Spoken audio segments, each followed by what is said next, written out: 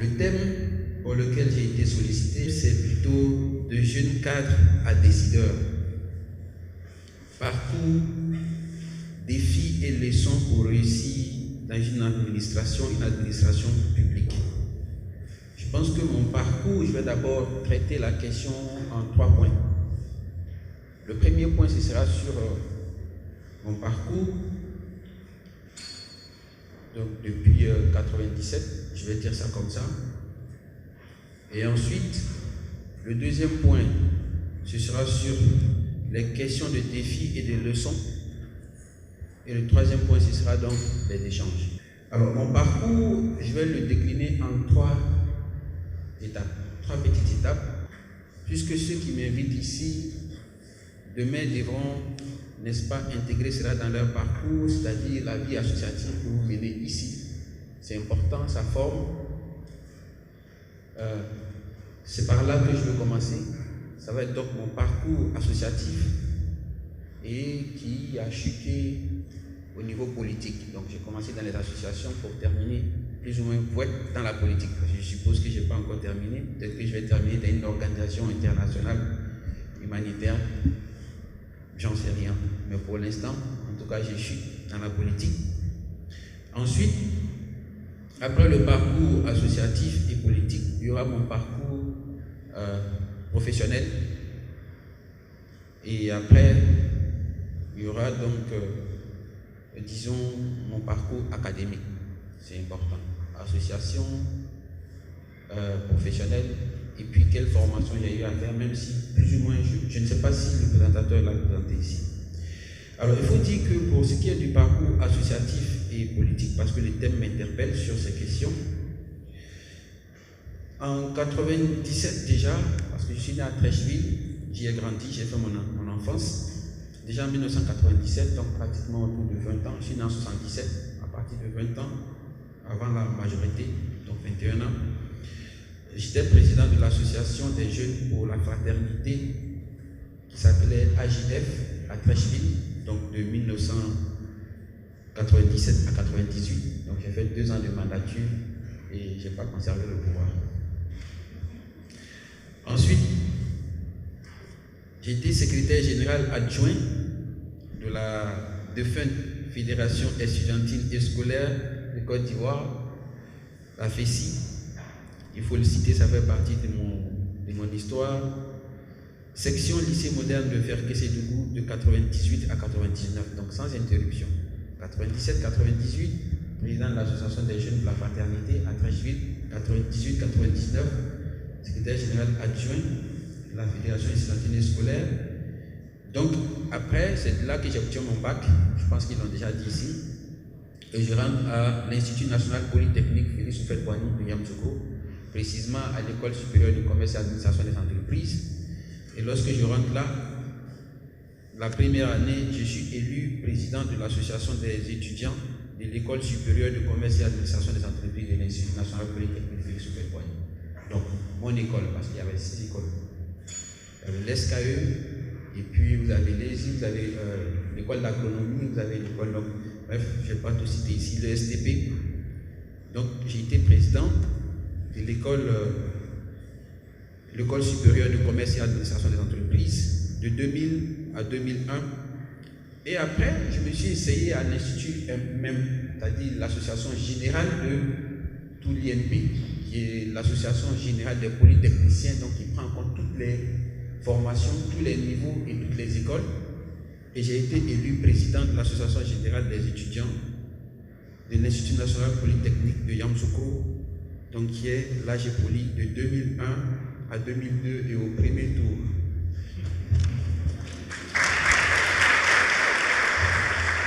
C'est important. J'avais quand même 4 gros candidats qui étaient de poids, mais bon, malgré que je faisais une année, je venais de faire Ferkessédougou, personne ne me connaissait. Il a fallu quand même que les gens croient en moi, à ce que je disais, et voient cela dans mon attitude depuis la première année pour que des étudiants en fin de cycle, donc qui étaient en 5e année, fassent confiance à quelqu'un qui venait d'arriver, qui avait 1 an. Ce n'était pas évident, mais je suis passé par là. Je suis rentré donc à Abidjan, donc 2002, interruption, silence, parce que c'est une époque qui a été difficile pour la Côte d'Ivoire. De 2002 jusqu'à 2010, c'était quand même mouvementé, avec la question de la rébellion qui est arrivée en 2002. Donc, moi, je venais de finir également ma formation à l'INPHP.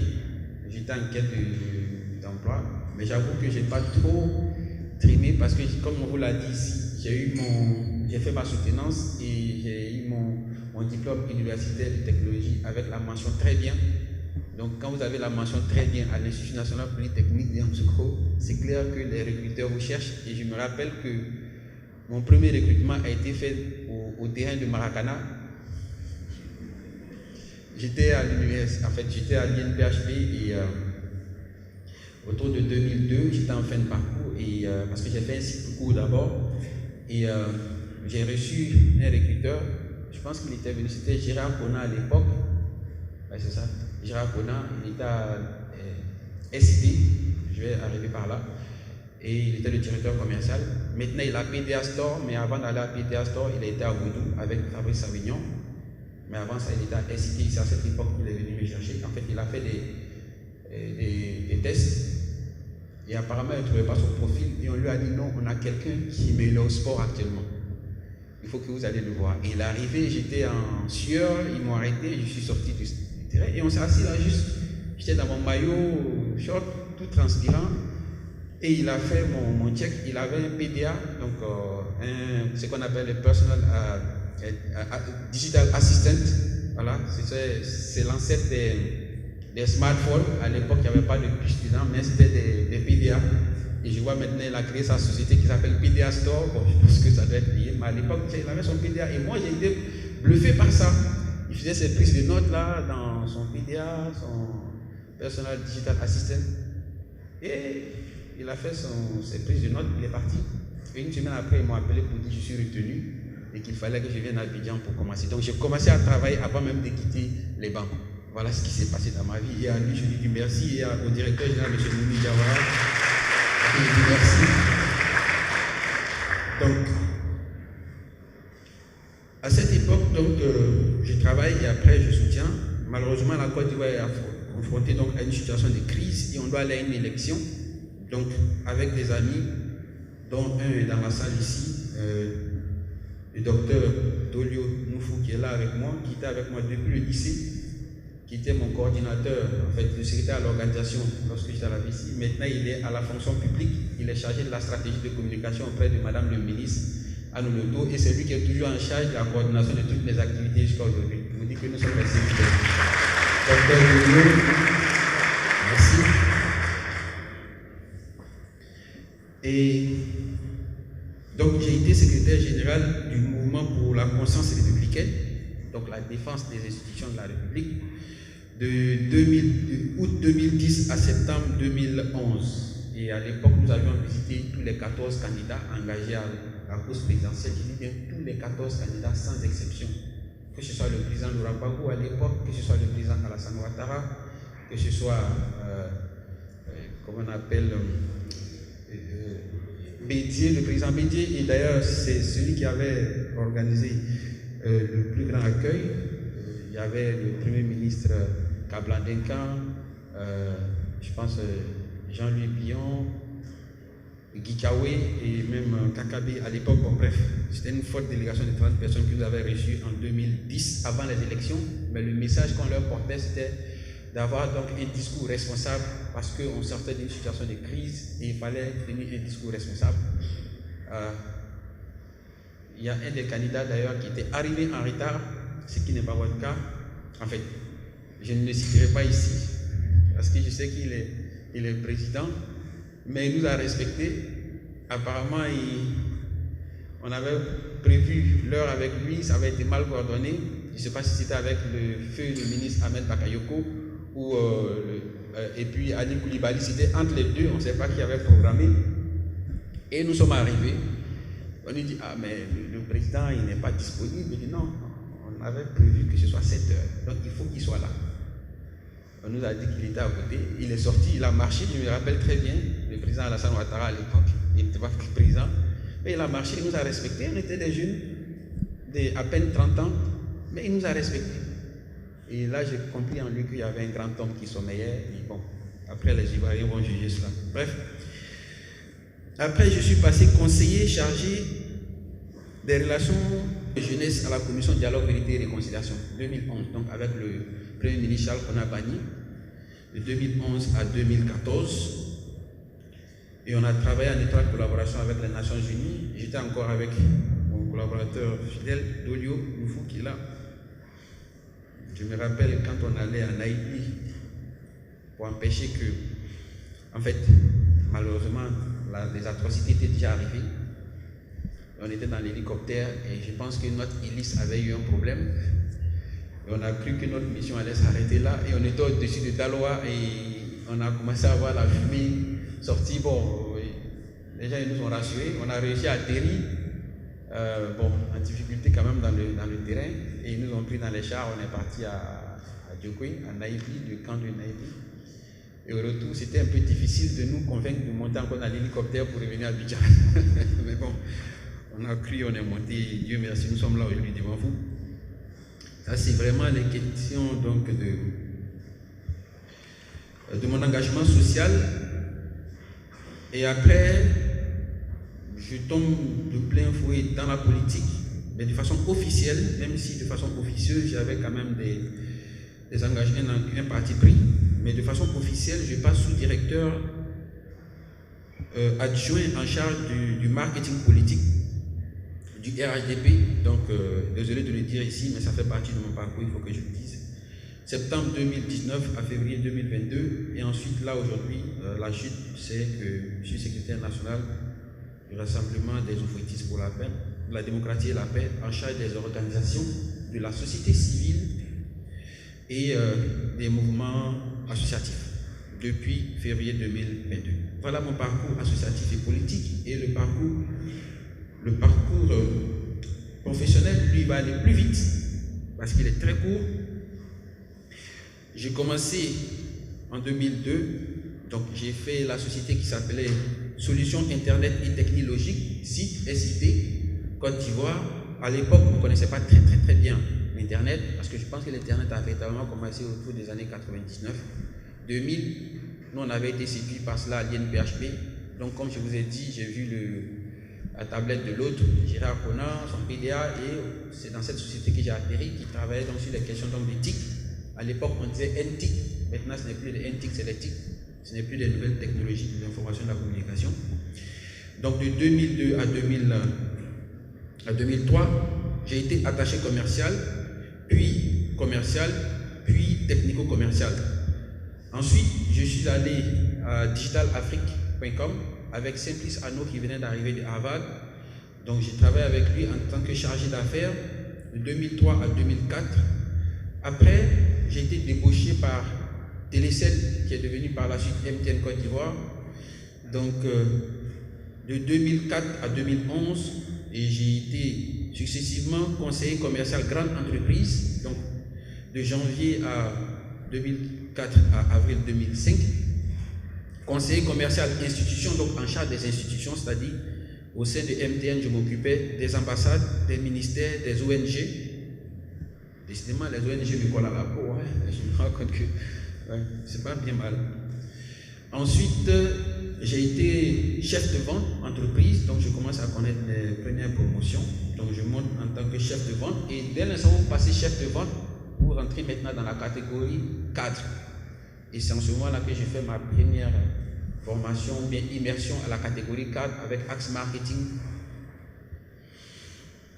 Et plus tard, je passe donc de 2006 à 2009, 3 ans. Après, je passe coordinateur corporate sales de 2009 à 2010 et manager sales operator, et j'ai géré en intérim donc le business administration, c'est-à-dire tout ce qui est l'administration des ventes et des affaires de MTN. Mais en réalité, ça s'est passé à une époque où MTN venait de racheter Arobase et Afnet. Afnet, pour ceux qui savaient, c'était des fournisseurs d'accès Internet. Et Arobase également donnait les accès Internet, mais avec la fibre optique. Donc, les sociétés à ce moment-là avaient changé de stratégie, c'est-à-dire les sociétés de téléphonie mobile avaient changé de stratégie. C'était de pouvoir faire du 3 en 1. c'est-à-dire le téléphone portable, le fixe, et puis ensuite donc l'Internet. C'est de réussir à fusionner cela. Et lorsque MTN a fait l'acquisition de ces deux entreprises, celui qui était le directeur de la business unit, c'était M. Demba Diop, qui est un grand frère que je salue au passage. Et moi, j'étais en charge, donc j'étais le manager en charge de coordonner cela. Donc du coup, le directeur commercial de Arobase était mon collaborateur et la directrice commerciale de Afnet était également donc, ma collaboratrice. Donc finalement, je me suis trouvé donc à côté des anciens directeurs, bien qu'étant chef de vente, pour vous montrer un peu que d'une société à une autre, la position peut changer. Donc on peut quitter directeur pour devenir collaborateur d'un chef de vente. Et c'est juste après ça que je suis passé manager sales operator. Et d'ailleurs, lorsque j'ai été recruté, ça c'est une anecdote au passage, lorsque j'ai été recruté sales, j'étais en train de travailler manager sales operator, parce qu'il fallait trouver quelqu'un dans la boîte qui pouvait suivre le déploiement de l'implantation du réseau, mais également faire la nouvelle facturation donc, de l'Internet ici. Et je me rappelle, comme je vous dis, c'était de 2010 à 2011, lorsque la fibre optique arrivait ici, au niveau le point de chute qui est là, la fibre qui a été coupée ensuite. Il y a une période pendant l'année dernière où le câble sous-marin qui a été coupé. Le jour où ça arrivait ici, c'est moi qui pilotais cela depuis chez MTN, sauf que ça tirait à Abidjan. Donc la seule chose que j'ai dit, bon, on a déjà construit là où la fibre doit atterrir, faites tout, envoyez-moi le reporting parce que moi je ne pourrais pas sortir. En ce moment c'était un peu chaud, ils sont venus, ils ont fait leur travail sous les feux des balles, on a toujours continué. Et l'anecdote c'est que pour que je sois recruté, alors c'était quand même mes résultats. Il y a un cabinet qui avait été recruté pour venir faire l'entretien des collaborateurs et les résultats devaient être présentés sur un tableau, les résultats de tous les agents. Et après, moi je n'étais pas là, j'étais à Daloa en train de travailler sur l'implantation de la backbone. Je devais être dans les zones de Guibérois, je sais plus. Et on m'a appelé, je suis rentré d'urgence. Il paraît que le tableau, quand ils ont présenté le tableau, il y avait un histogramme, parce que c'était sur des histogrammes. Il y avait une colonne qui sortait, qui partait comme ça et qui ne finissait pas. Parce que tous les indicateurs étaient tellement bien atteints que les autres, il fallait scroller. On voyait la fin, la limite des autres, mais il y avait une ligne qui sortait, qu'il fallait scroller. Et quand ils arrivent au bon, mais c'est qui celui? On dit c'est Karim Ouattara. Donc c'est comme ça que. C'est comme ça qu'il a dit, bon, faites-le venir, lui nous intéresse, et c'est comme ça que je suis passé manager. Je dis tout cela parce que c'est des moments importants de ma vie. En réalité, quand je faisais tout ça, je ne le faisais pas pour être nommé. Je le faisais par passion. Franchement, je le faisais sans rien compter. Je ne savais même pas comment je serais évalué et que mes résultats seraient sortis comme ça. Jamais je l'ai fait dans l'optique d'être nommé ou d'être promu manager. Mais bon, c'est arrivé. Je dis Dieu merci. Et après cette partie de ma vie, je peux dire, je rentre maintenant chez MTN. Je termine en tant que manager sales en 2011 et je suis recruté à la LONASI en tant que directeur commercial et marketing de 2011 à 2014 et ensuite conseiller du directeur général de 2014 à 2020 et maintenant directeur général adjoint depuis 2021. Je dis merci à mon directeur général au passage, M. Draman Koulibaly, qui m'a fait confiance très tôt parce que j'étais conseiller spécial et il a été lui promu de DGA à DG en juillet 2017 et à partir de 2018-2019 précisément, il a commencé à me confier pendant ses absences, donc l'intérim de la direction générale, quoique j'étais conseiller spécial, mais c'est après qu'un des collaborateurs, je ne vais pas le dévoiler ici, m'a dit qu'avant de faire cela, le directeur général avait, M. Draman Koulibaly, avait fait un sondage en interne. Il y avait moi, il y avait une autre dame qui également faisait très bien son travail, je la félicite au passage. Et il devait choisir qui allait assurer l'intérim et il a réuni la plupart des directeurs, disons tous les directeurs. Et que chacun propose. Quoique j'étais le plus jeune, ouais, c'est ça, j'étais le plus jeune. Apparemment, le choix de tous les directeurs s'est porté sur moi. Donc, c'est ce qui a fait que le DG a dit, bon, dans ce cas, c'est que je ne me trompe pas dans ma prise de décision. Et c'est pour dire que c'est un directeur général quand même qui consulte les autres. Ça fait partie donc des leçons que je tire et des conseils que je vous donnerai plus tard. À quel moment il faut prendre une décision. Il faut dormir sur la décision, consulter les collaborateurs, dormir sur sa décision et ensuite la mettre en exécution pour ne pas regretter plus tard. Et donc j'ai eu mon baccalauréat avec la mention assez bien, affaire qui en 98, le DUT en 2002, mention très bien. Ensuite j'ai fait mon certificat d'immersion à la catégorie cadre, je vais passer sur ça. J'ai été également admis au Graduate Program for Management PMD, donc de M2 Business School. Il y en a qui connaissent ici, je pense. M2 Business School, en partenariat avec ISE Business School, University of Navarra. Ensuite, j'ai eu mon Public Executive Certificate avec HEC Paris, Executive Education. En fait, quand vous êtes directeur général ou PCA, il faut quand même avoir un certificat qui atteste que vous avez des aptitudes managériales. C'est très important. Et ça, l'administration de Côte d'Ivoire a expérimenté cela avec nous. Nous avions été donc la première promotion.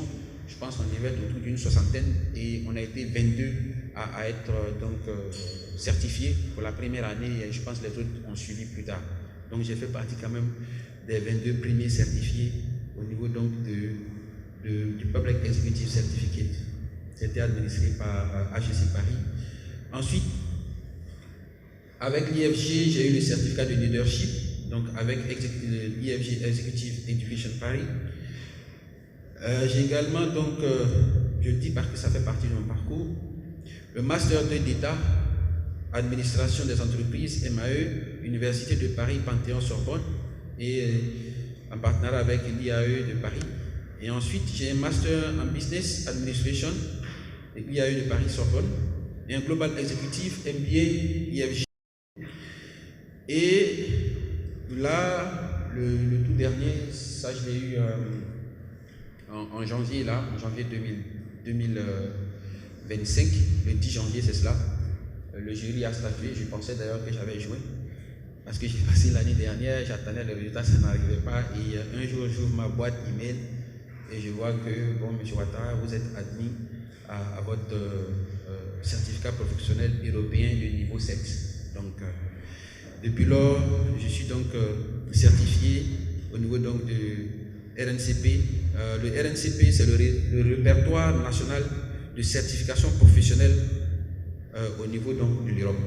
Donc, quand vous avez ces niveaux, et dans l'option que j'ai, c'est l'option manager des entreprises et des organisations.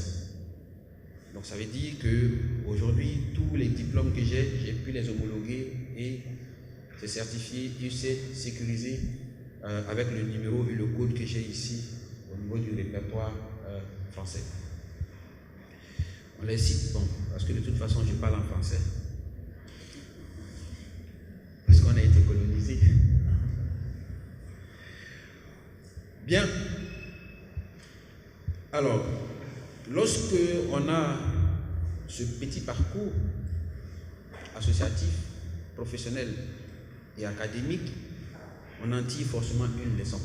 Sinon des leçons. Et c'est clair qu'il n'y a pas de parcours sans défi. Il n'y a pas d'histoire, disons, il n'y a pas de réussite si c'est pour réussir dans l'administration publique, mais pour réussir tout court, il faut une histoire, il faut un chemin, il faut du vécu. Mais je ne vais pas rentrer, m'appesantir sur mon cas particulier, je vais plutôt rester dans le cadre donc, des leçons pour vous dire que pour vous qui allez entrer dans l'administration, et Dieu sait combien vous êtes attendus. D'ailleurs, je tenais à vous le premier point sur lequel je voulais intervenir, je l'ai mis finalement en dernière position, parce que c'est le plus important, c'est la gestion du temps. Franchement, j'ai été bluffé. J'ai été bluffé. Mon coordinateur m'a dit, 9h30, vous devez être là. 9h40, on doit vous recevoir, l'administration vous reçoit, et à 10h, ça devrait commencer. Moi, je devais jouer ma part. Je suis arrivé avec 5 minutes de retard par rapport au temps qui m'avait été accordé, mais vous étiez déjà prêts dans la salle. Et quand on a discuté avec madame, je pense qu'il était 9h49 quand j'ai regardé ma montre, et on a dit, bon, la cérémonie commence en fait, la conférence commence à 10h. Et on nous dit, la salle est déjà prête. Donc, 10 minutes avant, certainement, avant même 10 minutes, mais la salle est déjà prête. J'ai dit, bah non, pour une fois, quand en Afrique, on est prêt avant l'heure, il ne faut pas attendre l'heure. On va à la salle.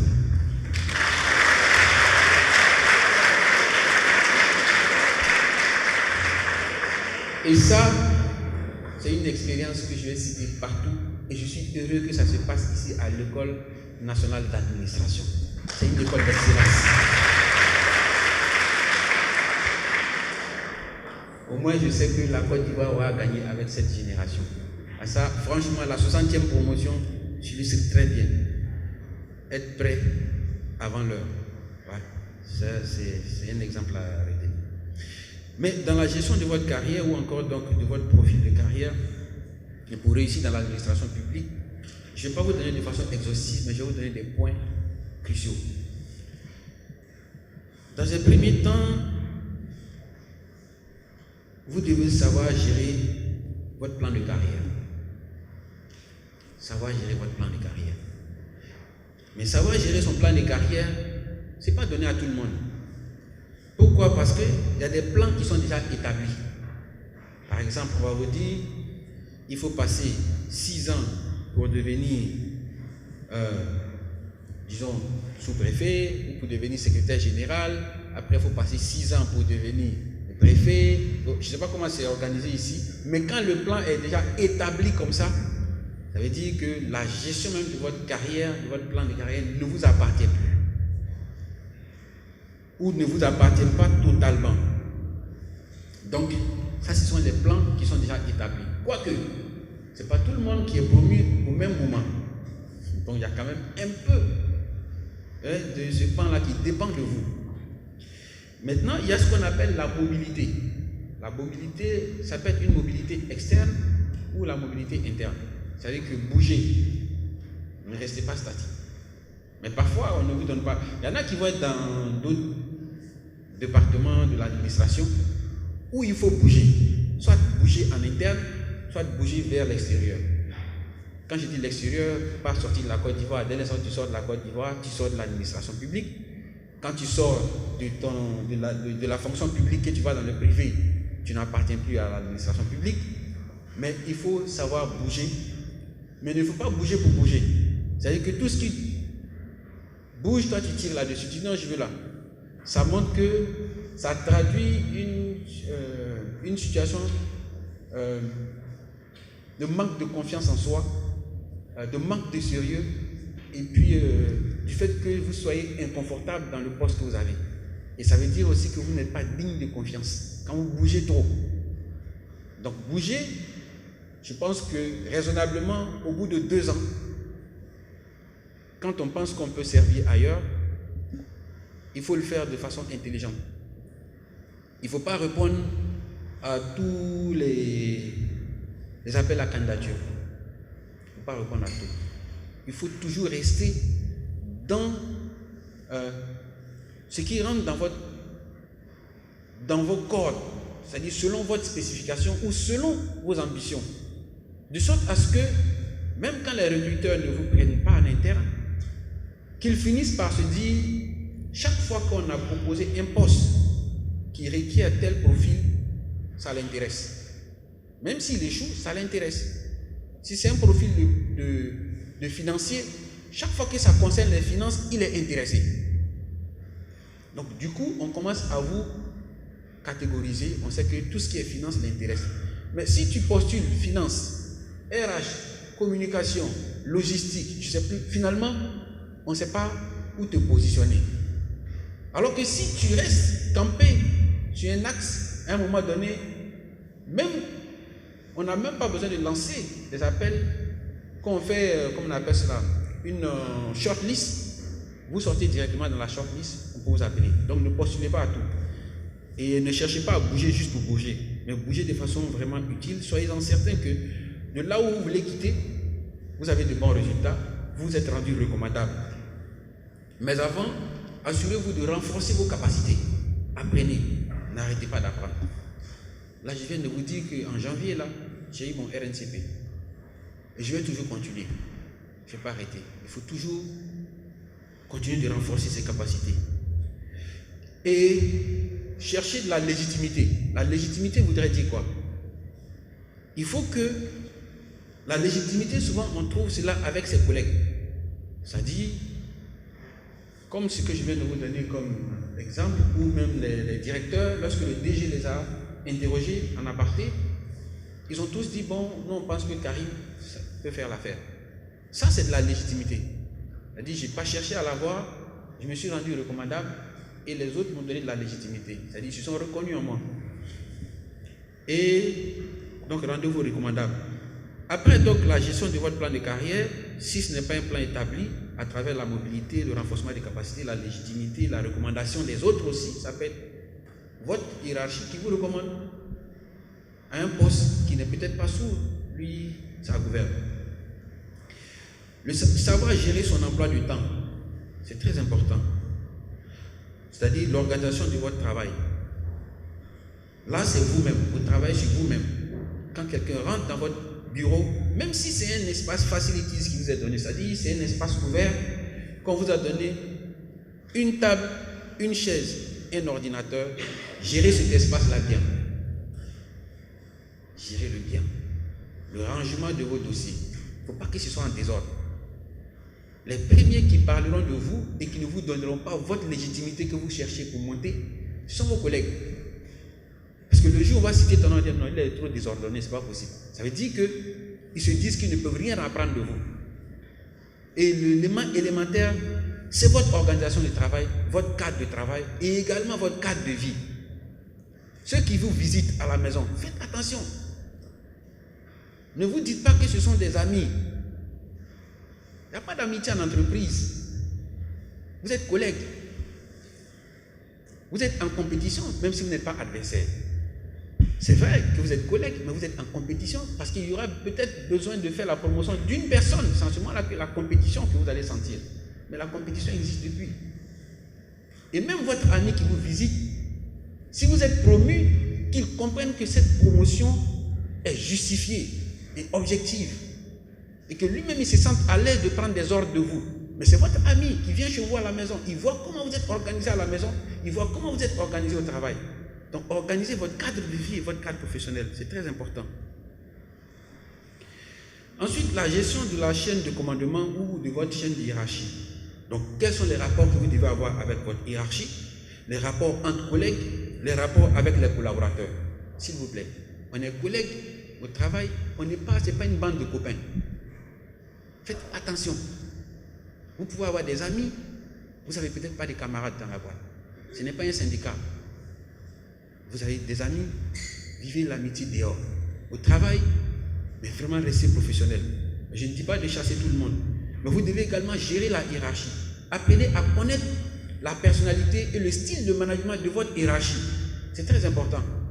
On gère sa hiérarchie, on gère ses collègues et ensuite on gère ses collaborateurs. Parce que ta hiérarchie peut te recommander.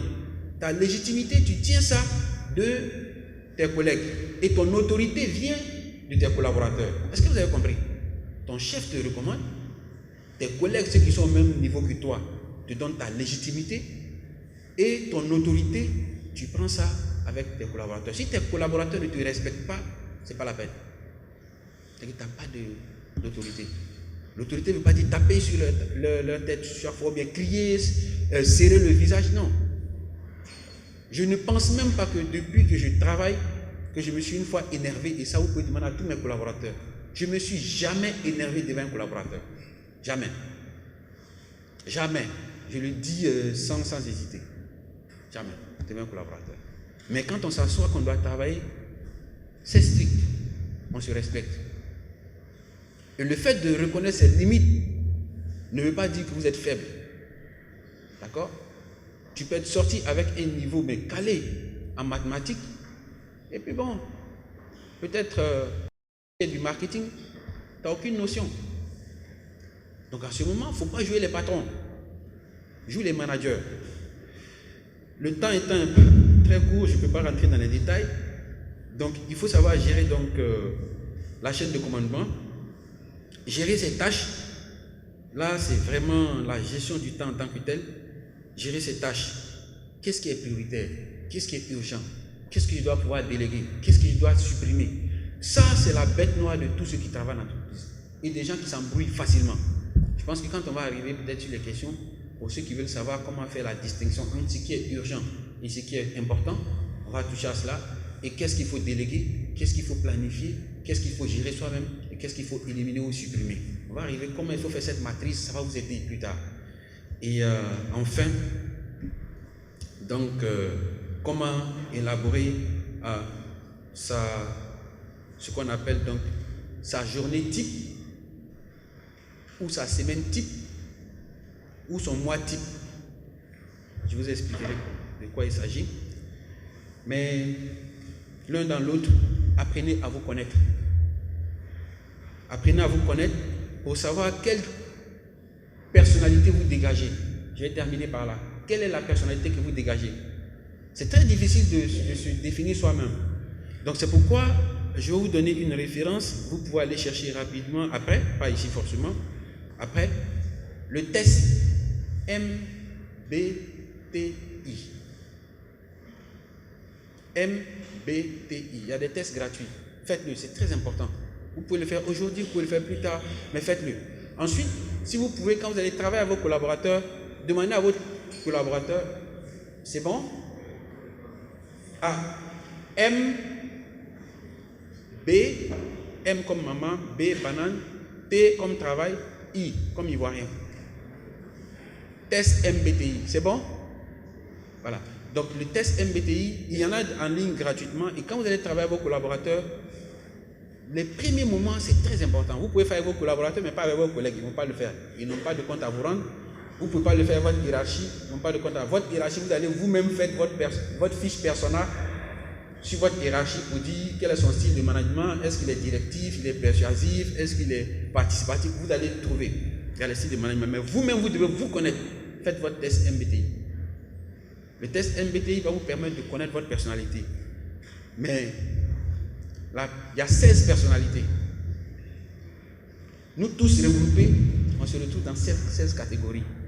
La catégorie la plus rare. La catégorie la plus rare, si vous avez trouvé ça parmi vos collaborateurs, attrapez bien. Parce que si un chasseur de tête a eu son MBTI, il va le débaucher. Et l'acronyme qui est pour ça, c'est le INFJ. Après, je vais expliquer. Pas maintenant. C'est la personnalité la plus rare parmi les 16. Je ne vais pas aller plus loin que ça. Je pense que je devais faire l'introduction, montrer dans un premier temps le petit parcours que j'ai eu, mais également donner quelques petites leçons, comment pouvoir gérer sa carrière et réussir dans l'administration en tenant compte de son environnement professionnel, mais également de son environnement familial, et en sachant faire la distinction entre l'ami et le collaborateur, le camarade et le collègue, et en sachant gérer son temps à son propre profit, et en sachant bloquer tous ceux qui sont vos voleurs de temps, tout ce qui est chronophage. Cela à travers la gestion de votre semaine type, de votre mois type ou de votre journée type. À quel moment est-ce qu'il faut que je consulte mes mails, mes appels, comment gérer un rapport, un CR, ainsi de suite, et quel style de manager j'ai, et quel style de manager je suis, et quelle personnalité je dégage. Sur ce, je vous remercie et je me soumets à vos questions.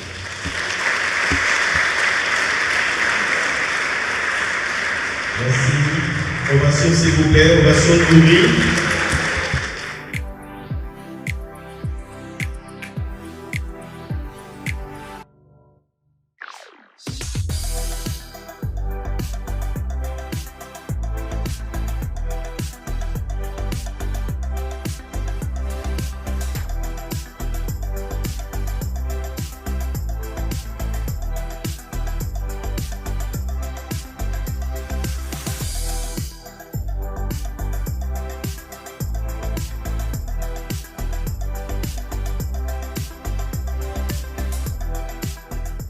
cette matrice pour que après vous puissiez faire la lecture simple.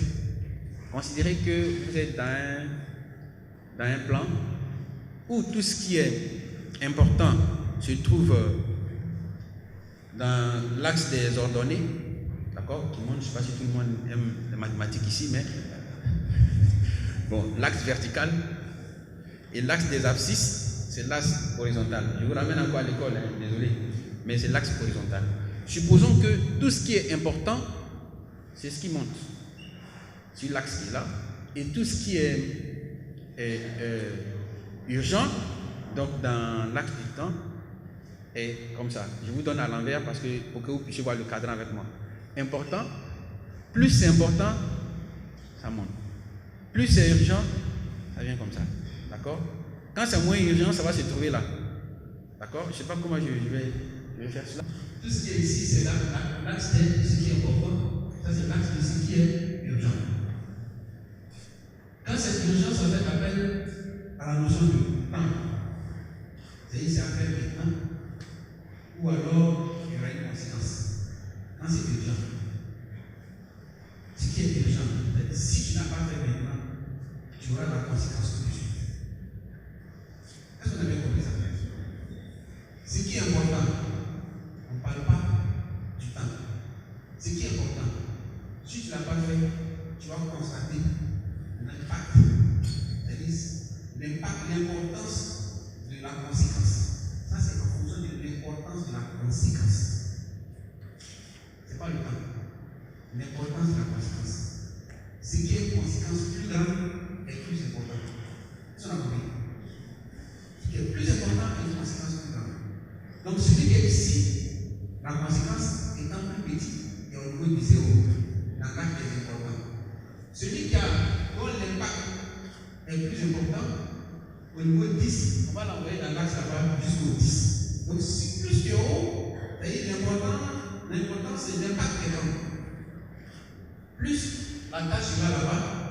Donc, si on considère qu'on prend juste une activité, sans tenir compte du temps, d'accord? Par exemple, je dois faire le plein de ma voiture parce que j'ai un voyage. Le véhicule est à sec. Je dois faire le plein. Je n'ai pas dit mon voyage c'est temps. J'ai dit juste que je dois faire le plein de ma voiture. Si je ne fais pas le plein de ma voiture, c'est clair que je ne peux pas décoller. Donc, je peux dire, bon, je ne peux pas faire le plein de ma voiture, je mets au niveau 5 ici.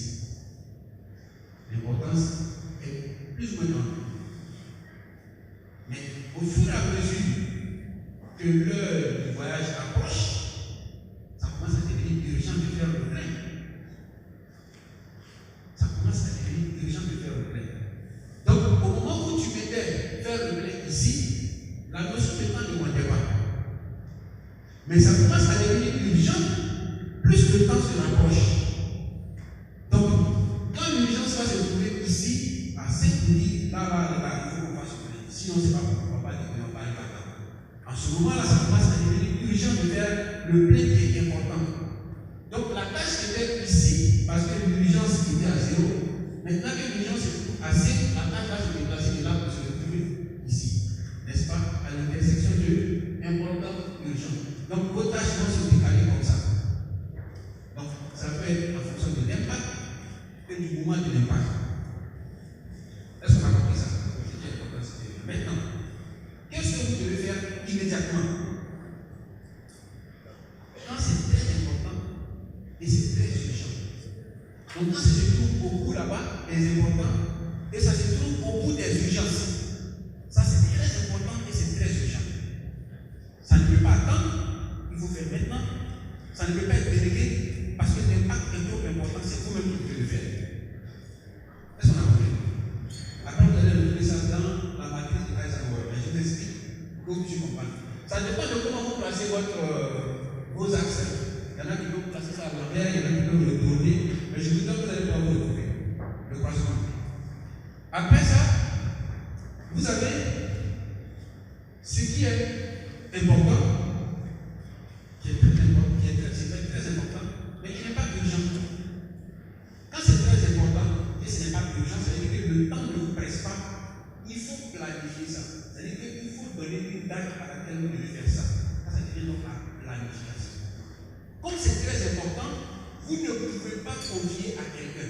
c'est vous-même qui devez faire ça. En ce moment-là, vous dites, je vais le faire, mais je le fais demain à 15h. Ou je vais le faire, je le fais la semaine prochaine, mardi à 15h. Vous avez planifié. Mais ce qui est très urgent et très important, vous le faites maintenant. C'est immédiat et c'est vous-même. Ne dites pas comme je dois sortir, je vais donner ça à mon collaborateur. Parce que si ton collaborateur rate, la conséquence sera non seulement immédiate, mais très importante. Il faut pas déléguer ça. Maintenant, quand c'est important, que ce n'est pas urgent, c'est-à-dire le temps ne vous presse pas, vous planifiez pour ne pas être surpris par la tâche après. D'accord? Parce que l'importance est déjà là, ce que vous gérez, c'est l'urgence. Donc ne vous laissez pas rentrer dans une situation où tout devient urgent et important. Il y a des gens qui sont dans cette situation et qui s'embrouillent dans leur travail. Tout ce qu'on lui demande, tout est urgent, tout est prioritaire. Non, l'ordre des priorités est en fonction de ça. Parce que vous avez mal planifié. Et ce qu'on appelle la planification, c'est ce qui est important, mais dont vous pouvez gérer encore le temps. Donc ne laissez pas l'urgence vous presser, ou même programmer. Donc en fonction des importances, les délais d'échéance, vous pouvez maintenant mettre la planification des actions. Ça vous permet d'être plus relax. Sinon, si vous laissez tout par la procrastination, remettre tout à plus tard, finalement, tout ce qui était important, qui n'était pas urgent, reste toujours important, maintenant devient urgent. Est-ce qu'on s'est compris? Donc, on a compris la notion très important, très urgent, important, pas urgent. Maintenant, il y en a qui ne sont pas importants, mais qui sont quand même urgents. C'est-à-dire, c'est pas important, l'impact, bon, je veux dire, il n'y a pas d'impact, voilà, ça ne gâte rien dans l'organisation, mais c'est une tâche que nous avons planifiée, mais qui est urgente. Qu'est-ce qu'on fait? On appelle un collaborateur, on lui donne. Et on suit ça. Parce que là, tu as besoin que ce soit fait maintenant. Mais la précision dans l'exécution de cette tâche n'a pas d'impact dans l'organisation. Et comme ça n'a pas d'impact et que c'est urgent, on appelle quelqu'un, viens vite, va me prendre ça là rapidement, là tu m'envoies. Parfois, on demande ça, et quand la personne ça va une fois, deux fois, mais toi on t'explique des choses, tu ne comprends pas. Et maintenant, toi-même, tu te lèves et tu vas faire. Vous comprenez? Ça, c'est des tâches. Maintenant, ce qui n'est pas urgent, qui n'est pas important, qu'est-ce que vous en faites? Il faut supprimer. Ce n'est pas urgent, ce n'est pas important. Supprimez. En tout cas, dans vous, ce que vous faites, vous supprimez, vous déléguez. Est-ce que la distinction est claire maintenant? Mais quand vous allez regarder la matrice d'Eisenhower, mes explications vont vous revenir. Je pense que j'ai pu donner plus ou moins des explications par rapport à ça. Celui qui a posé la question, c'est bon? C'est bon pour tout le monde? La notion du temps et de l'impact. Ok, parfait. Ensuite, plus d'infos sur la mobilité professionnelle. Ça, si je veux rentrer dans ça, c'est tout un développement. Mais la seule chose que je vous dis, c'est de gérer votre carrière de façon intelligente. Ça voudrait dire quoi? Quelqu'un qui vous dit, je veux rester dans votre contexte, je veux devenir administrateur financier, et tout ce qui tourne autour des finances, il est intéressé par ça, parce qu'il sait que ça, c'est dans le profil qui s'est donné. Mais tu ne peux pas dire, je veux devenir administrateur financier, et puis des aspects, ou alors donc des propositions de promotion qui n'ont rien à voir avec les finances et l'administration des finances, tu t'intéresses à ça. Ce n'est pas des machines qui reçoivent nos propositions, nos candidatures, nos CV. C'est des hommes comme nous qui ont le sens de l'analyse et qui ont leur perception et qui ont également donc leur avis sur le comportement que nous avons en étant collaborateur ou en étant donc postulant. Finalement, quand vous voyez un CV qui passe pour tout, vous vous dites, mais apparemment ce monsieur il ne se sent pas, ou bien cette dame ne se sent pas à l'aise là, ouais, c'est tout. Donc, c'est à vous de choisir. On sait que vous êtes quelqu'un de précis. Parfois, ce que vous voulez n'est pas libre au moment où vous voulez. Vous êtes obligé d'être patient. Parfois, l'opportunité se présente et puis, bon, en ce moment-là, vous saisissez l'opportunité. Et sachez-le, une opportunité ne devient effectivement une opportunité que lorsque vous êtes préparé à ça. Ça devient une opportunité à saisir que lorsque vous êtes préparé à ça. Sinon, ça passe, c'est une chance que vous avez manqué. Ça devient une opportunité lorsque vous êtes préparé à ça. Donc, préparez-vous à cela. Ça veut dire que vous devez savoir quel est mon point de chute. Moi, je vais terminer où quel est le chemin par lequel je dois passer, c'est tracé dans votre esprit. C'est être fixé par un objectif. Donc, je ne sais pas quelle information tu veux davantage, mais ça ne sert à rien de rentrer et chaque 6 mois vouloir bouger. Non, normalement, au bout de 2 ans, on estime que tu as quand même acquis une certaine expérience. Mais ça peut arriver avant 2 ans. Mais minimum 2 ans. Ça permet de montrer une certaine stabilité. Quand vous envoyez, pour ceux qui sont à l'extérieur, quand vous envoyez un CV, qu'on regarde et qu'on se rend compte que vous faites moins de 2 ans à chaque poste, vous partez, on ne peut pas investir en vous. Ça ne sert à rien. Vous êtes du capital humain à risque. Oui, vous êtes du capital humain à risque. Pourquoi? Parce que si je investis en vous dans une formation, c'est un risque. J'ai investi dans quelque chose que je ne suis pas certain de garder.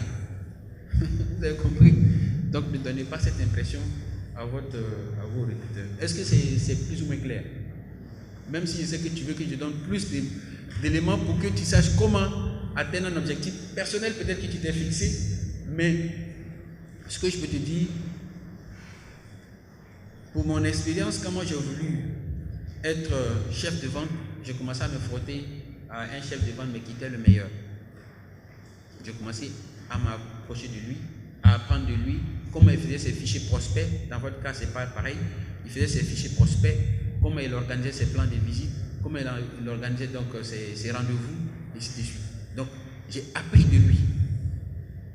Donc, quand ils l'ont fait bouger, comme, disons, chef de division, il a eu son avis à donner. Et celui qui l'a recommandé d'abord, c'était moi. Pour que je passe chef de vente, je vous ai donné mon profil de carrière. Ça, c'était avant d'être manager sales operator. Mais pour être chef de vente, il a donné son avis. Et également, on a fait donc les évaluations. Avec les évaluations, je suis passé chef de vente. Mais par contre, pour ce qui est donc du manager sales operator, là, ce sont mes résultats, je n'étais pas sur place. D'accord? Alors, il faut se frotter à on peut dire celui dont tu vises la place, parfois. Ouais. J'ai donné ce conseil à mon épouse, elle est cadre de banque lorsqu'elle travaillait à la BASI à l'époque. Et je lui ai dit qu'est-ce que tu voulais. D'abord, elle était commerciale terrain. C'était sa bête noire, ça, avoir peur du terrain. J'ai dit non, vas-y. Après, elle visait donc le poste de, je pense que c'était gestionnaire de portefeuille, gestionnaire des clients, je sais pas, de compte, voilà, gestionnaire de compte. Et je lui ai dit, ben, regarde, qui est vraiment la personne la plus stricte, la plus structurée. Il y avait une certaine dame, et Q+1 elle était, je pense, à 2 ou 3 ans de la retraite. Je lui ai dit, mais tu as trouvé ta cible, travaille avec elle. Mais elle était d'un caractère difficile. J'ai dit, c'est le prix à payer. Tu vas subir son caractère. Ça, c'est la gestion de la chaîne de commandement. Tu vas subir son caractère parce que tu sais ce que tu veux. C'est le sacrifice, c'est le prix à payer. Et tu vas absorber tes frustrations personnelles. Tu vas apprendre.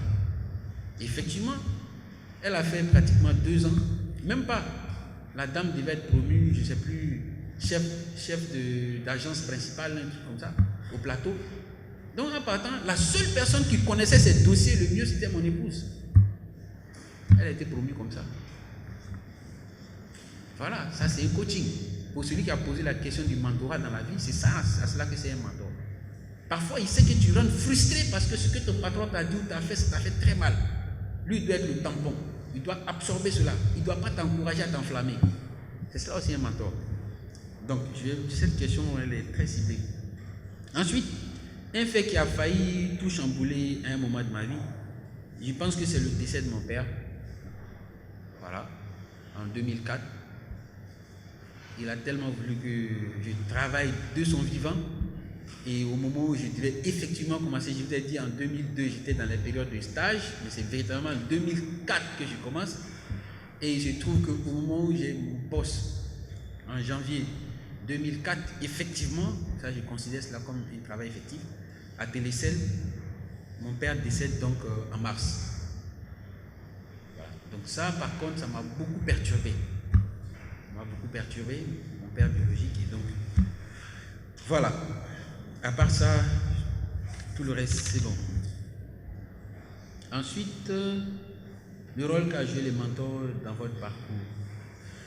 Je peux dire que j'ai fait toujours recours à des mentors, à des gens qui sont plus expérimentés que moi, dans la fonction comme dans la vie, mais également donc dans l'entrepreneuriat, dans l'entreprise, pardon, pas dans l'entrepreneuriat, mais dans l'entreprise. Des gens, comme je viens de vous le dire tout à l'heure, il peut arriver des moments où il y a des frictions entre collègues, des frictions entre toi et ta hiérarchie. En ce moment-là, tu sais exposer la situation face à quelqu'un qui va faire le mentorat pour toi, qui a de la hauteur sur la situation, qui t'oriente et qui te recentre sur tes objectifs. Tu vois? De savoir que tu n'es pas dans un ring de boxe, que tu es en entreprise et que ce sont des réalités d'entreprise et que peut-être que tu ne connais pas suffisamment bien ta hiérarchie, ton patron, ou alors tu ne te connais pas suffisamment bien. En tout cas, l'un dans l'autre, il y a forcément une incompréhension quelque part, il y a un défaut de communication. Mais il y a des attaques qui peuvent être ciblées. Maintenant, il y a des techniques comment transformer donc, un détracteur en allié. Voilà. Même si nous, les entreprises, on fait ce qu'on appelle le NPS, Net Promoting Score, ça c'est au niveau des entreprises. Mais pour savoir qui sont ceux parmi nos clients qui peuvent nous recommander, ceux qui ne vont jamais nous recommander et ceux qui sont neutres. Mais dans l'entreprise aussi, il faut savoir faire ton NPS, Net Promoting Score. Quand tu regardes dans ta hiérarchie, quels sont ceux qui sont susceptibles de pouvoir te recommander? Et quels sont ceux qui vont te recommander? Il faut les connaître aussi. Ça, c'est le NPS que tu fais en interne. Il faut connaître, faire ta fiche, ton tableau, tu es sur quel terrain. C'est important. Donc, c'est à cela que c'est un mentor. Effectivement, j'ai eu des mentors. À la base, je voulais faire, quand je finissais mon bac en 98, je voulais devenir médecin, mais je voulais plutôt faire de la chirurgie réparatrice, pas la chirurgie esthétique. Et j'ai un grand frère qui n'a même pas, je pense qu'il n'a même pas eu le bac, qui ne travaille pas, mais qui est dans l'entrepreneuriat. Et qui m'a dit non, je pense que tu es le premier fils de ta mère, donc tu as des petits frères qui sont avec toi. C'est vrai, tu es intelligent, tu as des bonnes notes, mais gère le temps. Il faut que tu prennes un parcours qui est court, tu commences à travailler très tôt, après le reste tu continues. Heureusement, je l'ai écouté ce jour, je suis passé par le DUT, et j'ai commencé à travailler très tôt, et Dieu merci, aujourd'hui ça va, j'ai pu compléter tout le parcours. Donc je peux dire que lui, il a été un bon mentor pour moi. Le deuxième, c'était mon professeur donc, de recherche opérationnelle de l'INPHP, paix à son âme. Lorsque j'ai été recruté par Gérard Conan pour venir depuis, et je suis arrivé à Abidjan, au bout de 2-3 mois, c'était effectivement pour faire c'était un stage pré-emploi, ça s'appelait comme ça. Donc tu finis le stage, quand il est concluant, on t'engage. Donc au moment de m'engager, j'avais été contacté par M. Sassou à l'époque, qui était le chef de personnel donc, de Ivoiris. Ivoiris, c'était ce qui est devenu maintenant Orange, donc qui m'avait même reçu à son bureau et qui me proposait un poste de, comment on appelle, agent call center. Je pense à l'époque, ça devait être payé autour de 300 000 francs, alors que pour 300 000 francs brut, maintenant, quand on appliquait tout ce qu'il y avait dessus, on va sur le truc de 260 000, 270 000, je ne sais plus. Et en même temps, le stage que j'avais, il était rémunéré. La chose est citée à 75 000 francs CFA, mais en étant employé, je passais à 175 000 francs, à 100 000 francs qui s'ajoutaient, mais en tant que commercial maintenant. Alors, entre 300 000 et 175 000, on demande à un jeune étudiant, qu'est-ce que tu veux? Naturellement, il a envie de partir vers le cash. Voilà, donc j'étais attiré par l'argent et c'est ce professeur-là qui était là pour dire non, tu vas aller dans une grande entreprise, tu vas être à un poste et c'est pas sûr que tu aies un profil de carrière. Comment tu gères ta carrière là-bas? Tu vas stagner. Accepte d'apprendre. Va prendre les 175 000, apprends et tu verras plus tard, tu vas te vendre plus cher. Donc je peux dire que ces deux personnes ont été vraiment utiles dans mes choix dans la vie et ça c'est des très bons mentors. Je ne sais pas si ça répond à vos questions. Mais sinon à part ça, je consulte toujours des personnes mieux expérimentées que moi. Ensuite, conseiller la nécessité de concilier les innovations et les contraintes traditionnelles de l'administration. Eh bien, on est obligé Aujourd'hui, je veux dire, le certificat de nationalité, on peut y avoir accès comment? En ligne.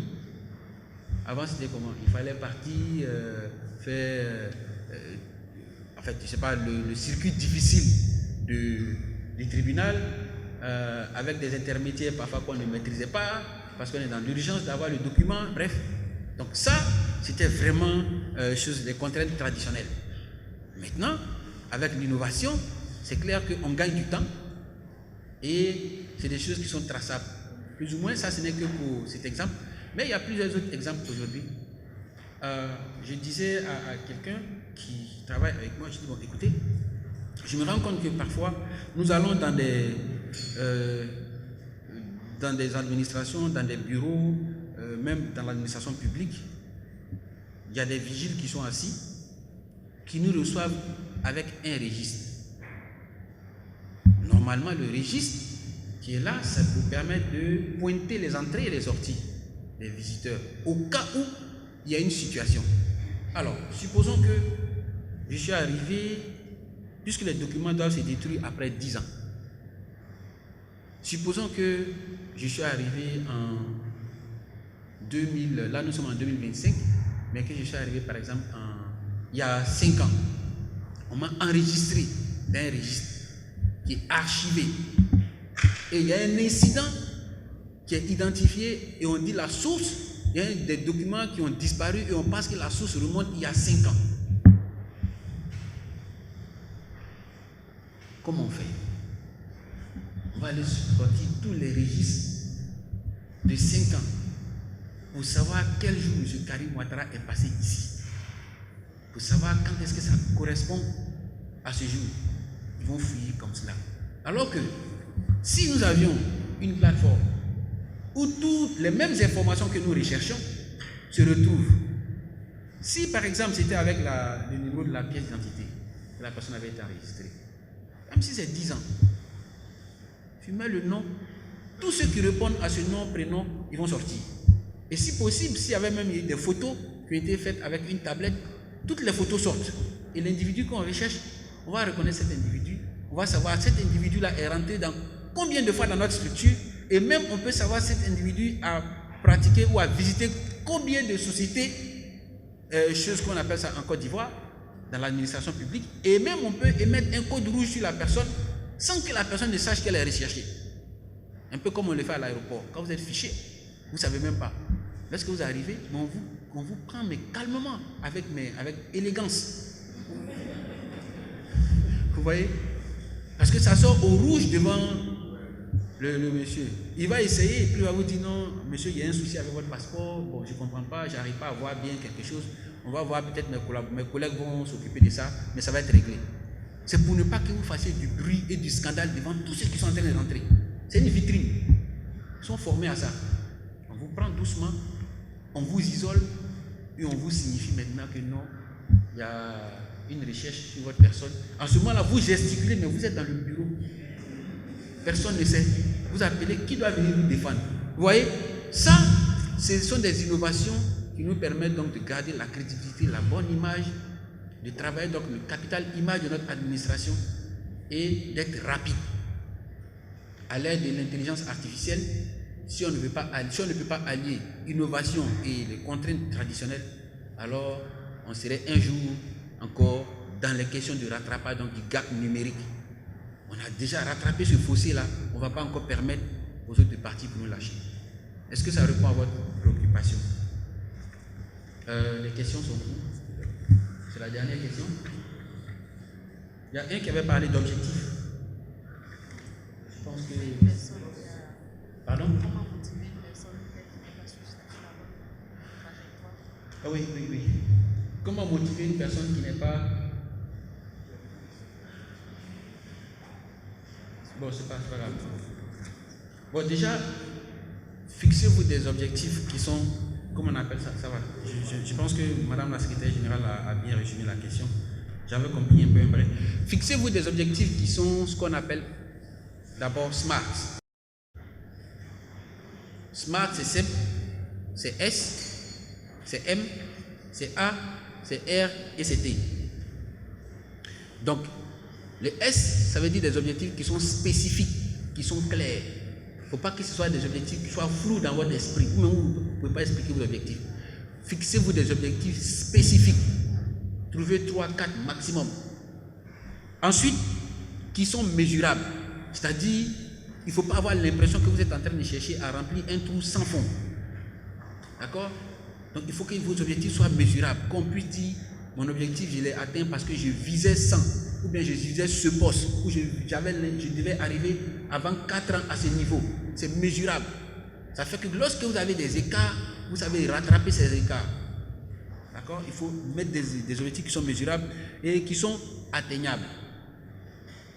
Moi, je ne sais pas par quelle magie je vais dire, même si j'ai bien envie de découvrir pour une fois dans ma vie la Lune, tant que je suis assis ici, je ne sais pas comment, si Elon Musk n'a pas créé quelque chose qui me permet de partir et que je n'ai pas les moyens d'arriver là-bas, mais tant que je suis assis ici, je vais juste regarder la Lune de loin et puis je serai assis ici. Mais le jour je me dis, moi, je vais être sur la Lune l'année prochaine, je peux tout faire pour aller vers ça, mais ce sont des objectifs qui sont parfois difficilement atteignables. Donc, fixez-vous des objectifs qui sont atteignables, spécifiques, mesurables et atteignables. Parce que quand l'objectif est trop loin, ça vous décourage.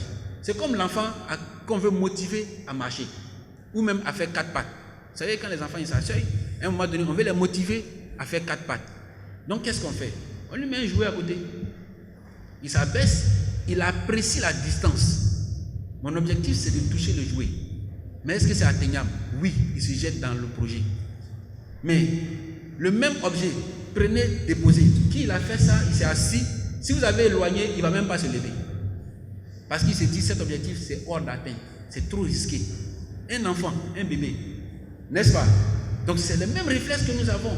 Fixons-nous des objectifs qui sont plus ou moins atteignables. D'accord? Et ensuite, comment je vais dire ça? Fixons-nous ce qu'on appelle donc des objectifs qui sont réalistes. Il ne faut pas se fixer des objectifs utopiques. Et ensuite, qui sont temporels. Voilà. Qui sont temporels. Maintenant, pour quelqu'un qui est démotivé, il faut connaître, je vais vous donner un élément. Cherchez ce qu'on appelle, les Japonais appellent ça le Ikigai. Le Ikigai, c'est un cadran des Japonais. Ça s'écrit I-K, retrouvez-le, hein, I-K-I-G-A-I. Après, vous allez trouver. Rapidement, le Ikigai, il y a des gens qui font des choses dans lesquelles ils sont doués. C'est-à-dire, quand tu fais quelque chose et tu es doué en ça, c'est ta passion. Mais est-ce que tu gagnes l'argent avec? Pas forcément. Est-ce que tu gagnes ta vie avec? Pas forcément. C'est-à-dire, quelqu'un qui va au bord de la mer, qui fait la sculpture, il y a des gens qui le font, hein, des sirènes, mais c'est bien sculpté dans le sable. Les gens voient, il a du talent, il aime faire cela, il aime divertir les gens. Mais personne ne paye pour venir regarder cela. De toute façon, la première vague, c'est parti. Mais c'est un passionné. Donc, tu fais ce en quoi tu es doué, mais tu ne gagnes rien. Tu es passionné. Ensuite, quand tu fais ce en quoi tu es doué et que les gens payent pour ça, c'est-à-dire tu fais ce en quoi tu es doué et que les gens payent pour ça, mais tu n'aimes pas. C'est une profession. C'est-à-dire, on me paye à faire ça, sinon ce n'est pas ce que j'aime. Donc tu fais ta profession. Est-ce que vous avez compris? Ensuite, quand tu fais ce en quoi tu es doué et que les gens ont besoin de ça, alors qu'ils ne payent pas pour ça, tu es un missionnaire.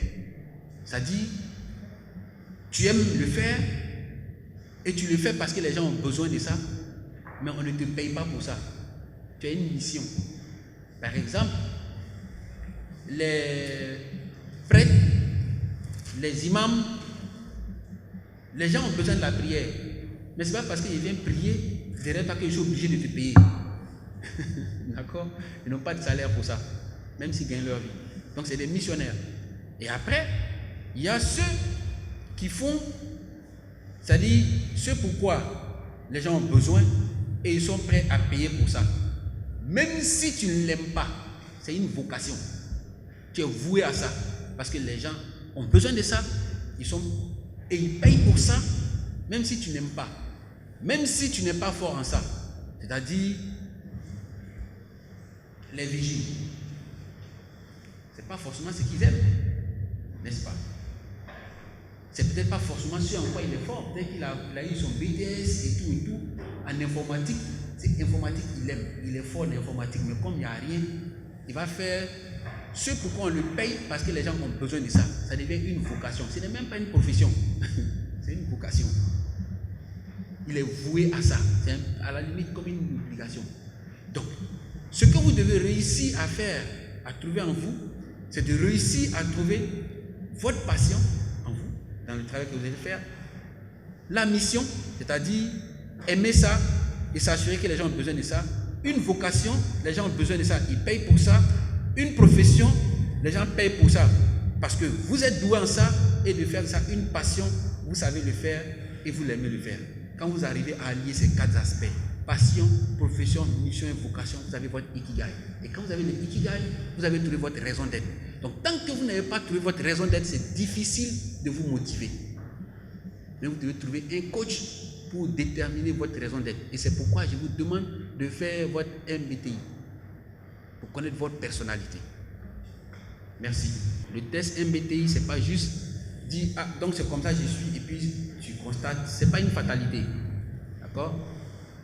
On cherche à connaître le MBTI pour pouvoir, n'est-ce pas, corriger quelqu'un qui est nerveux, qui a des réactions à fleur de peau. Quand la personne commence à travailler sur elle-même, elle commence à savoir quelles sont les situations qui peuvent me mettre dans une situation incontrôlable, au point où je n'arrive pas à contrôler ma propre personne. En ce moment-là, si tu es bien coaché, on te dira, parce que souvent ce sont des offenses, la personne se sent offensée. Et l'appréciation du coup change d'une personne à une autre. C'est-à-dire, ce que moi je ne trouverai pas offensant, toi tu vas le trouver offensant. Ou alors ce que je trouverai offensant à un degré 2, toi tu vas le trouver offensant à un degré 10. Donc la seule chose qu'on doit réussir à faire, c'est-à-dire quand tu reçois l'offense, c'est le coup, on doit t'amener à pouvoir prendre du recul. Comment absorber, comment ne pas laisser transparaître donc, son inconfort face à la situation qui se pose.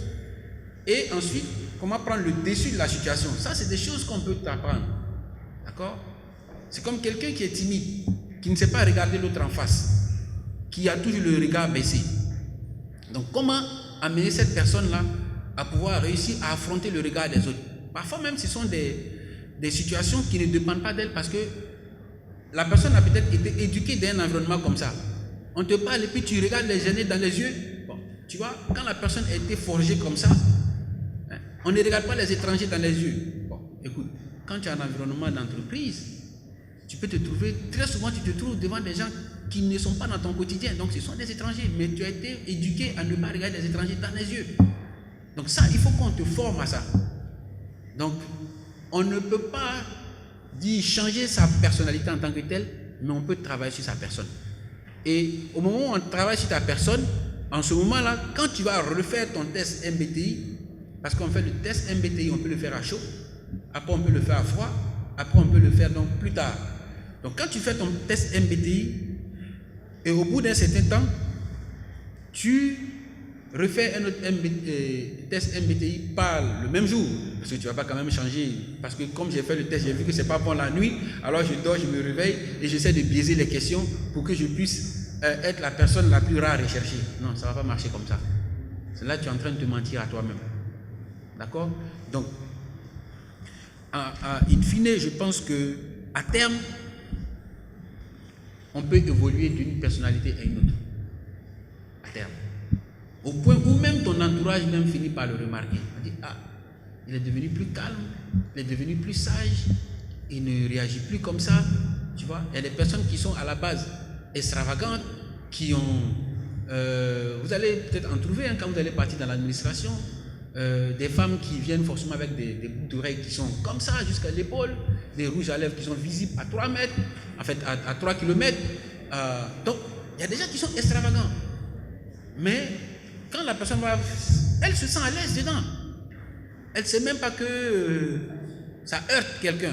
Mais tu ne sais pas que le seul fait même de mettre tous les jours un rouge à lèvres rouge vif, tu énerves ta patronne ou tu énerves ton patron.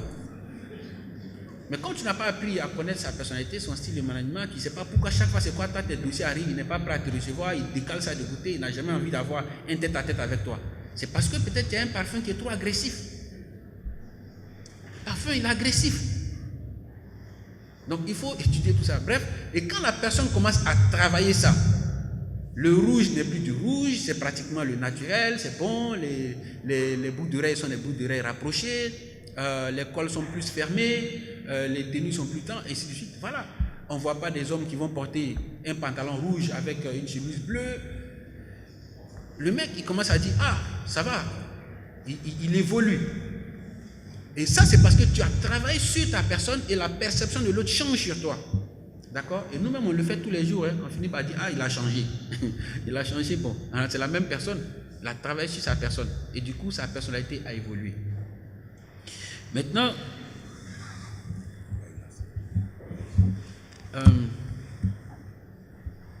je vais aller donc à l'avant-dernière question pour remonter sur l'autre. Plus d'informations sur le INFJ. C'est ça? Le INFJ. Je ne vous demande pas de chercher à devenir des INFJ. Parce que même le INFJ, parfois, n'est pas recruté pour certains postes. Parce qu'il y a des endroits où on a besoin de quelqu'un de percutant. On a besoin d'une personnalité forte. On a besoin d'une personnalité introvertie. Vous voyez? Si, par exemple, c'est dans un poste où on doit avoir un comptable ou quelqu'un qui est dans les finances, qui est dans les chiffres, on n'a pas besoin de quelqu'un qui réagit tout de suite, très vite. On a besoin de quelqu'un qui a du tempérament calme. Mais si on veut aller sur quelqu'un qui va par exemple en négociation commerciale, on a besoin d'une personne chaleureuse, qui est ouverte, qui séduit tout le monde. Vous voyez? Donc ne cherchez pas forcément à être le INFJ. D'accord? Sinon, pour vous donner les caractéristiques un peu de INFJ, d'abord je vais vous expliquer c'est quoi le INFJ. C'est un acronyme anglais. MBTI, c'est lui-même, MBTI est également anglais. Ça veut dire INFJ, c'est introverted, d'accord? Introverted, intuitive, feeling and judging. Je vais vous expliquer en français. Je vous ai donné juste ce que le I, le F, le N et puis chose qu'on appelle cela, le I, le F et puis le J disent. En réalité, c'est une personne donc qui est introvertie, qui a tendance à s'isoler. Ça, c'est vraiment les caractéristiques des leaders managers. Parce que le manager est différent du leader. Le leader, il montre comment faire, le manager enseigne comment faire. Bref. Donc, il est un peu introverti, de nature réservée et discret. Ensuite, il a un sens d'intuition qui est élevé, c'est-à-dire il a le sens de la perception qui est élevé. Très souvent, ceux qui ont, malheureusement pour nous les hommes, ceux qui ont le sens de l'intuition élevé, c'est les femmes. Parce que scientifiquement, vous savez qu'il est démontré que l'intelligence est parfois proportionnelle à la taille du cerveau, pas à la taille de la tête, à la taille du cerveau. À la taille de la tête, pas à la taille de la tête, mais à la taille du cerveau. Et la moyenne a démontré que, vous pouvez chercher après, que les femmes ont un cerveau plus grand que les hommes.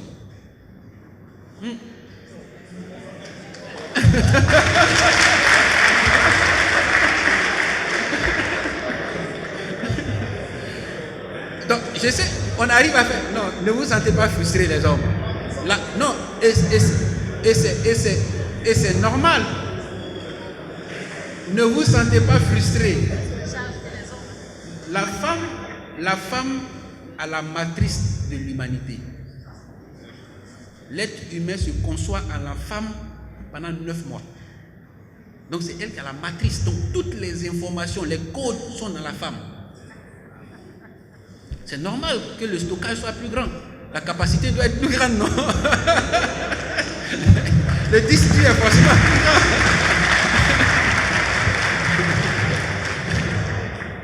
Donc, les femmes ont souvent cette notion-là d'intuition. Parfois, on ment. Elles savent qu'on ment, mais elles laissent faire. Parce qu'elles ont le premier élément là, en va, qui est en elles. Ensuite, il y a la notion du sentiment. C'est-à-dire, lorsque le INFJ prend une décision, il prend la décision en s'accordant, donc, en accordant une place prépondérante aux choses, comment on appelle cela, aux considérations personnelles un peu. C'est-à-dire, c'est vrai que ce n'est pas très objectif, parfois il est un peu subjectif. C'est-à-dire, il a du tact. Il tient compte du fait que ma décision ne déstructure pas ta vie. Parce qu'il y a des décisions, parfois quand on les prend, on te la porte, ça détruit ta vie et ça détruit, comment on appelle cela, la vie de tous ceux qui dépendent de toi. Parce que la façon de te porter l'information, la façon de, le moment de te la porter, et même sans te montrer une alternative possible, ça te casse, ça te brise, psychologiquement tu es à zéro, sinon dans le négatif. Quelqu'un qui veut te briser, le INFJ n'est pas comme ça. Il ne cherche pas à briser l'autre. Tu vois?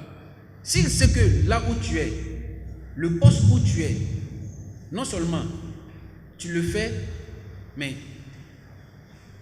tu n'es pas productif pour l'entreprise, tu n'es pas constructif pour toi-même, c'est-à-dire que tu n'apprends rien à ce poste et tu n'apportes rien à l'entreprise. Il faut qu'on te fasse bouger. Ou alors il faut qu'on te fasse partir. Il faut qu'on te l'annonce. C'est une décision. On doit se séparer de toi. Maintenant, c'est de te faire asseoir. Un INFJ, au lieu de te dire comme ça, vraiment, monsieur Koulibaly, bon, comme eux, et les Ouattara, donc monsieur Koulibaly, on a regardé votre expérience, vos rendements ne sont pas, en tout cas, au niveau que nous espérons. Je pense qu'on a décidé vraiment de mettre fin à votre carrière. Allez-y voir le DRH. Ouais, on te dit ça comme ça, tu transpires et tu as froid. Par contre, quand la personne te dit, on a regardé vos résultats, on sait que vous pouvez faire des efforts, le poste que vous avez ici, je pense que ce poste-là ne correspond pas au potentiel que vous incarnez. Vous comprenez? Le potentiel que vous avez, je vous croyez-moi, si vous allez dans le secteur bancaire, il n'y a rien à faire, vous allez cartonner. Mais dans le transport, ça ne marche pas. Ça, c'est vraiment pour vous que je le dis. C'est même pas pour notre entreprise. Essayez voir avec la banque et vous reviendrez dans 2 ans pour me faire le témoignage. Quand vous finissez de dire ça, vous venez de lui dire il faut partir. Mais en même temps, vous lui dites tu as du potentiel. Mais ce n'est pas ici que ça vaut. Vous prenez Didier Drogba, vous le mettez comme gardien. On va encaisser jusqu'à la fin du match. Pourtant, c'est un bon attaquant. Il n'est pas à la bonne place. Il faut le lui dire. Donc, le INFJ, il va tenir compte de ces aspects-là. Donc, c'est pourquoi je dis parfois, il y a de la subjectivité dedans. Donc, et ensuite, ce qu'on appelle donc, ça c'était le côté sentiment, le jugement. Compte tenu donc de leur capacité donc à appréhender des implications futures d'une situation, donc l'intuition, donc ont un jugement mesuré et savent mieux se maîtriser eux-mêmes. Ils tiennent compte même eux-mêmes du changement de leur propre situation. C'est-à-dire, c'est des gens qui sont humbles en réalité. On peut être introverti, réservé et ne pas être humble. Hein? Ah oui, c'est pas deux choses qui... voilà, c'est pas pareil. On peut être introverti, réservé et ne pas être humble. C'est-à-dire, le moment où il ouvre sa bouche, on constate tout de suite que c'est quelqu'un qui n'est pas humble. Il était dans son coin là, tu te dis, j'aurais dû le laisser là. Voilà. Donc, il y a des gens qui sont vraiment introvertis, réservés, qui sont humbles, donc qui ont du jugement, qui ont de la mesure. Donc, c'est le INFJ qu'on cherche. Voilà, vraiment. Et très souvent, je vais encore décevoir les hommes, c'est chez les femmes qu'on trouve le INFJ, très souvent.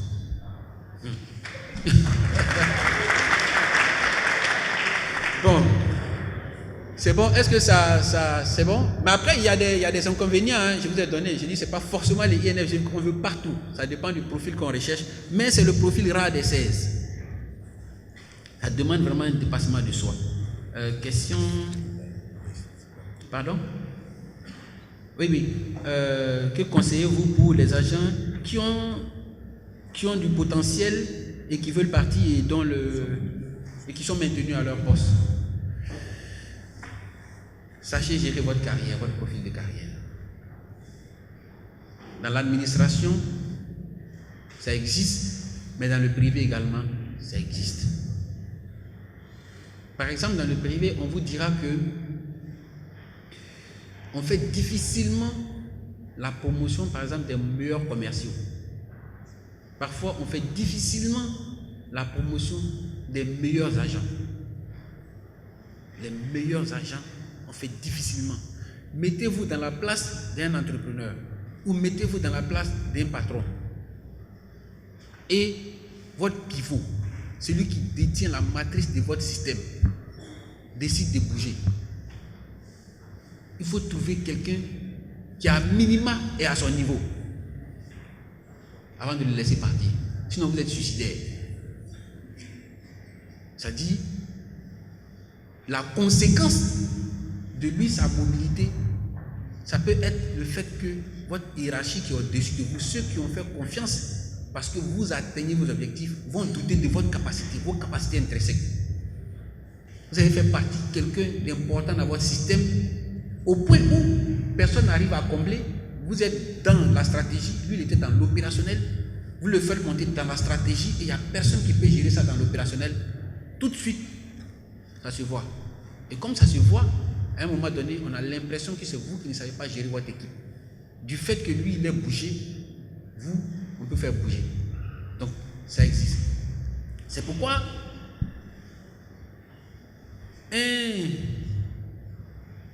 bon, comme je suppose que vous serez des managers, des patrons demain, donc je peux partager ça avec vous.